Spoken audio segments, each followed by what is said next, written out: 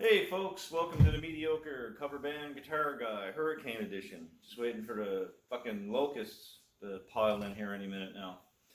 That'd be a great way to sort of mid out 2020. Hey, how's it going on this windy, rainy, biblical Saturday? It's it's pretty crappy outside. So anyway, you notice I broke out the old acoustic and did the theme to the little hobo. Well, part of it anyway. There's a reason for that, and I'll get into that in a second. Didn't do anything electric because my gear's over at the Tulsas. We played there last night, and we're there again tonight. Cheap plug, but it's all good. Can't promote your own band. Whose band can you promote? So today's topic, boys and girls, is going to be hitting the road, doing some travel. Everybody wants to, have that road trip, bring their gear and play in a club or venue outside of their town because it's fun. You get to travel, you get to hang with your bandmates, and sometimes you get to go places you've never been before, and that's always cool when music can bring you to that. So for all you novices out there, I thought I'd just share some things that I've encountered over the years of doing so. And if you get a gig outside of your town where you had to travel, and I'm just going to use this as a rough number, for 4 hours, first thing you got to make sure is that you're getting paid an adequate amount of money. If you're going to travel and drive a vehicle for 4 hours to get to a gig, you can't play for a few $100, because if you do that, then excuse my language, Nan, you're a fuckwad. If you don't need the money that bad, let somebody who needs the money that bad go play for some real money. Because that's crazy, man. Because here's why.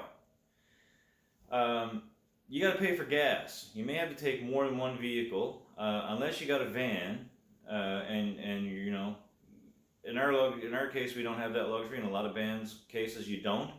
So, buddy who plays drums can't get off work. He's got to travel later than the guys that are singing and playing guitar, and then your bass player's got to leave at a different time. You might have to take 3 fucking vehicles. Who knows?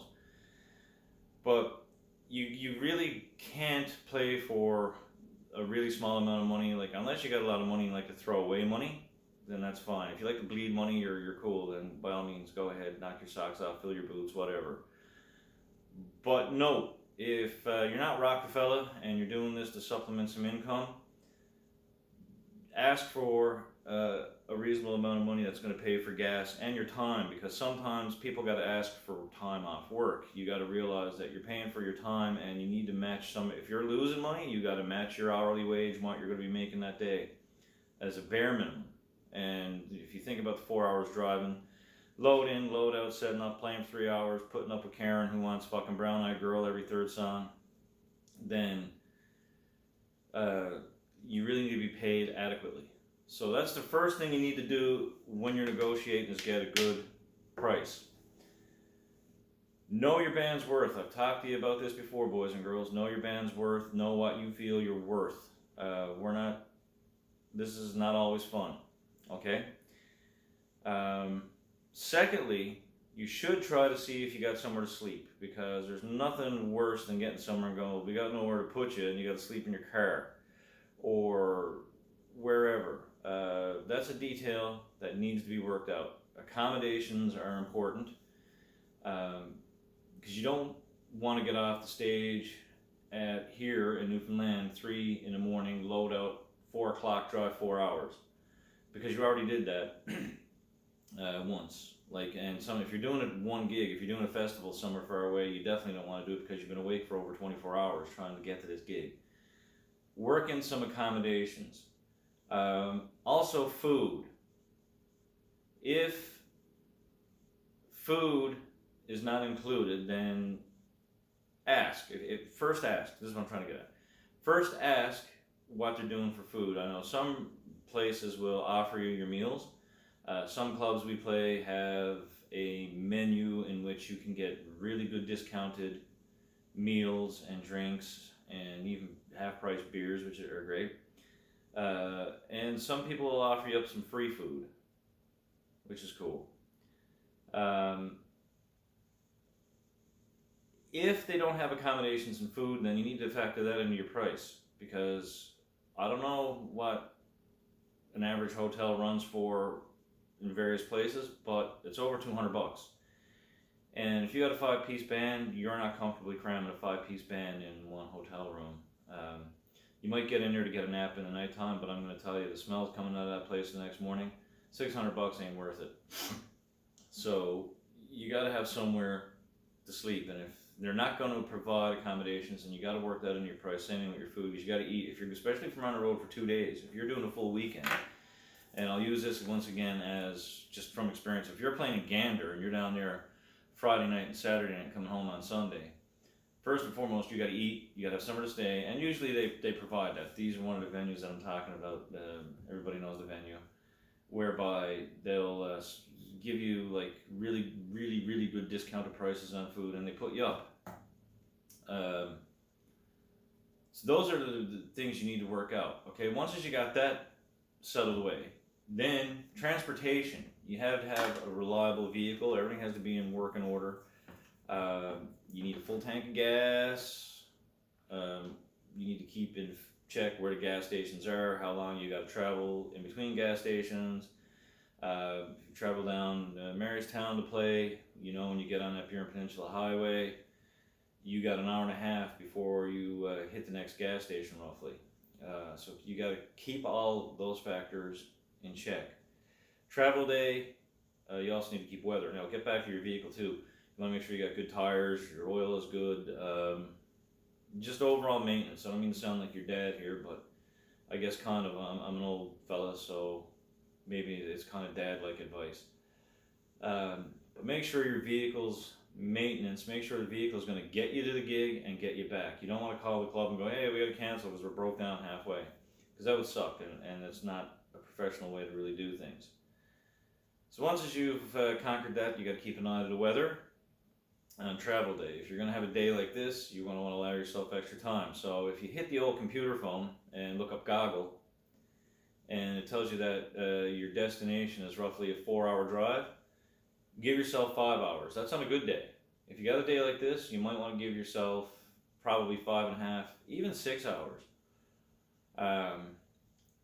Just to make sure you can give yourself adequate time to get down there, get in, and set up, get back, get cleaned up, freshen up, a little bite to eat, and try not to be as rushed. Also, especially summertime in Newfoundland, a peak travel season here in Newfoundland, Tourism Newfoundland and the construction industry work together to make sure that there's some major construction going on the highways for long delays. And that's one of our selling points, right? Potholes ahead, long delays, expect long delays. If you're heading out over the road, you might want to check the old Facebook, any social media, and just check in and try to find out if there are any construction areas that you need to get through, or like delays that you might face, something's washed out or whatever, because today I'm sure something's washed out somewhere. Just make sure that, you know, you got a steady flow. If not, allow adequate time to travel and get your ass there when you're supposed to be there. Always keep in touch with your bandmates when you're traveling. First guy gets there, lets everybody else know they're there. Scope out the situation, look for any possible problems that you might have with the venue, or any concerns you might have. Just let everybody know what to expect when they get there. And if you're going to be the last guy to leave, make sure you keep in touch with your bandmates to let them know where you are at all times, so they're not like panicking. They're not at the club and it's like, we're on in an hour and so-and-so's not here yet, and haven't heard from them, in a couple of hours. So that communication is important. Let everybody know where you are. Give them an ETA. So if you don't make it and you get lost somewhere or you're abducted by fairies on the highway, because I don't know where those little fuckers live, then at least they can send somebody out or go out themselves to look for you. Also, do up a good checklist the night before you travel for your gear. Make sure you got everything, because if you get to a remote area where they don't have a guitar shop that's they only open every like second Tuesday when it's a full moon, and it's like harvest season or something, or you know Bill is the head of the Lions Club and he's down calling bingo and has to close the store early. Make sure you got extras, make sure you got extra strings, picks, go back to the gig bag thing and make sure you got all that and more. Because if you're there for a couple days, you got to have all that stuff. Do up a checklist, sit down, write everything out that you need to take and check it off as you pack it. Also, if you're going to be traveling for a couple days in a van with all your bandmates, Buzz, here's an important one, and gals, hygiene. Okay? Bring clean clothes and shower. Nobody wants to be stuck in a vehicle for 4 to 6 hours, a couple days in a row, that smells like fried onions, socks, and farts. Because that's not a pleasant experience and it doesn't make your gig pleasant. You can't wait to get the hell home and get out of it. So make sure hygiene, like that's important anyway. You should practice that on any given day. That's just a recommendation, okay? So after the whole hygiene issue, we're going to get into when you get down there, and if it's your first time on the road, Bus, and I'm speaking from experience, don't treat it like you're on a rock and roll tour and you got people doing everything for you. So leave the diva home, get rid of that right away. And as for partying, yeah, it's cool to have a few drinks when you're on the road and you're in a hotel, especially if your hotel room is you're playing the bar that's in the hotel, and you don't have to drive anywhere, and everything is accessible. You don't even have to go outside. That's great, but don't get drunk before the gig because that would suck. That'll ruin everything for you as it is. Also, if you're going to drink after the gig, especially for anybody of the 5 or 6 people who watch this here, like in and then we get off stage at 3 and you get back to your room, say 3:30. If you're going to go double fisting drinks, remember you got to do it again the next night. So you got to watch your hangovers, and of course, driving home the next day, it might not be the safest thing to do because you could wake up still half intoxicated and either end up hurting somebody else, yourself, or getting picked up, or whatever, you know what I mean? So, you don't want to do that.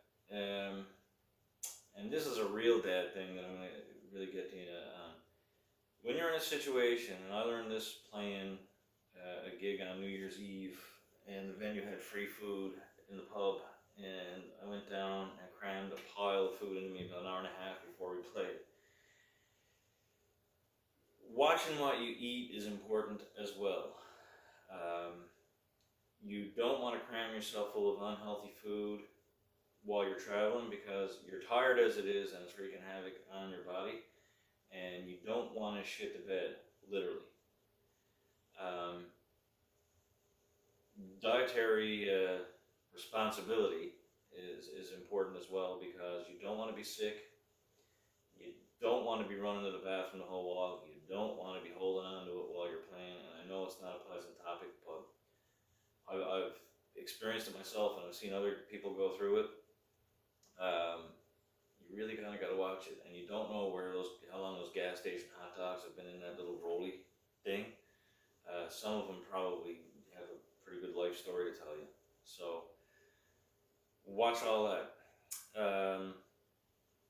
Try to get adequate rest after your show if you're playing again the same night in the same area.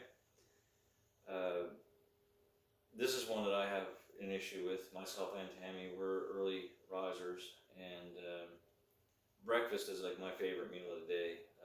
I love breakfast. I love eating breakfast. I love cooking breakfast for everybody. And I feel like I'm giving a friggin' Tinder profile here. Like long walks on the But anyway, try to get as much rest as you can, because once again, you're not in your own bed, you're not sleeping right, and it can be pretty hard. So you got your gig done, you got your food and everything else. Going home, make sure you do everything that you did coming in. You know, make a checklist of everything that needs to come out and that you own. When you think the car is loaded, go back in and take a walk around and make sure you got everything, because if you're 4 hours away, you're not just going to go, oh, I'll pop by on my way home from work and grab it. So do your little checklist again, make sure you have everything, make sure your car is up to snuff, make sure you got adequate gas in your car, not you. Make sure you give yourself plenty of time. Now, getting home is a little bit different because you're not on a timeline, unless you got something on the go. If you got kids and you got childcare, then you need to, obviously give yourself that time again. But if you don't, it's not a big deal. You can take your time and muck at home and be safe about it, because that's a concern that you should always have in the back of your head. Is even if you're a great driver, there's probably some idiot out there who's not, and they're probably speeding down the highway, going cracked, whatever. So keep all that in the back of your mind when you're leaving, and make it a pleasant experience, because there's nothing better, man, than letting music take you to places you've never been, both mentally and physically and literally and logistically. So enjoy the gig, enjoy your travel, just be responsible and smart about it, and it'll go off without a hitch, and you'll have fun, and it'll create memories, and for the rest of your life. Anyway, folks, that's enough of me talking at you about stuff that feels like you're in class somewhere, it's like health class or something. I'm going to promote us tonight. The Urban Legends are at Toll's Timeout Lounge. We're starting at 11 at Mr. Tony Thompson. He's going to be doing his karaoke from 8 to 11 tonight. So go pay him a visit and have a bit of fun. He's awesome at it. He's a great host, great guy, and in general. Then you know what? You got the Black Sheep down the Martini Bar tonight. Go check those guys out. I'm not sure, but who's at Greensleeves or any of the Shamrocks. But go check those out. Go check O'Reilly's out. Go check Bride Malloy's out. Anybody who's offering up any sort of music this weekend, please go out. You're not listening to me. And I know you're not, because people are telling me. But get out and support it, because it's important to support, Don is doing his, Saturday Night Cure, and that's giving us music. He's playing, that guy plays for hours on end, and he's giving entertainment and something back, and he's not getting paid, right? He's doing this for everybody else, and, he enjoys it, and that's great, but you should enjoy it too. And on Don's behalf, I'm going to ask you to stay away from the Wagon Wheel and stay away from Brown Eyed Girl. I know he was out to see us play last night for a few minutes and requested both of those songs, but we didn't play them because it was Don. But anyway, support that. Tony's Club Teabag, Ken Tizzard's doing Whiskey Wednesdays. Anybody who's playing anywhere, your friends, people you don't know, friggin' go out and sit down and enjoy it. And when this COVID shit's over, folks, you should go out and really enjoy some live music, because you don't know what you're missing. And for those who've never gone out and seen it, you don't know what you're missing. It's a great experience. If you want to dance, and I go on rants about it all the time, and people who say, oh, you can't dance to a band the same as you can to illegally downloaded music on a laptop. That's bullshit, because we've played gigs where we've had 400 people on a dance floor. We played a festival where we had 600 people dancing. So it's bullshit. I go out and see my friends play, and I see them with full dance floors of people. So just go out and enjoy some live music, because it's very, very important. It's one of the more importanter things ever. So folks, have a safe Saturday. I think the winds are calming down a little bit. I guess this is our changeover, our yearly hurricane. We're We're going into fall. But stay safe, follow all the guidelines that you're supposed to follow, and most importantly, use some common sense. And we might get through this. And when I started these, I used to say, maybe by the fall we'll be all back to normal. It's not happening yet, but just like a Leafs fan, and a Leafs fan would say, there's always next year. Alright guys, take it easy, have a great weekend.